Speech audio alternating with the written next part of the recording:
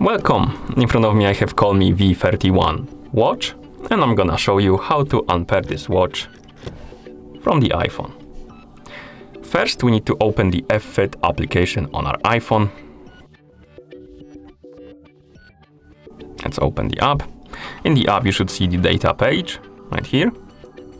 Now, tap on the device icon. This should open the settings page for our watch, the V31-020C. On this page, scroll all the way down, and at the bottom, you should see the unbind button. Tap on it, tap on confirm. And after a couple of seconds, the device will disappear from the device page, as you can see.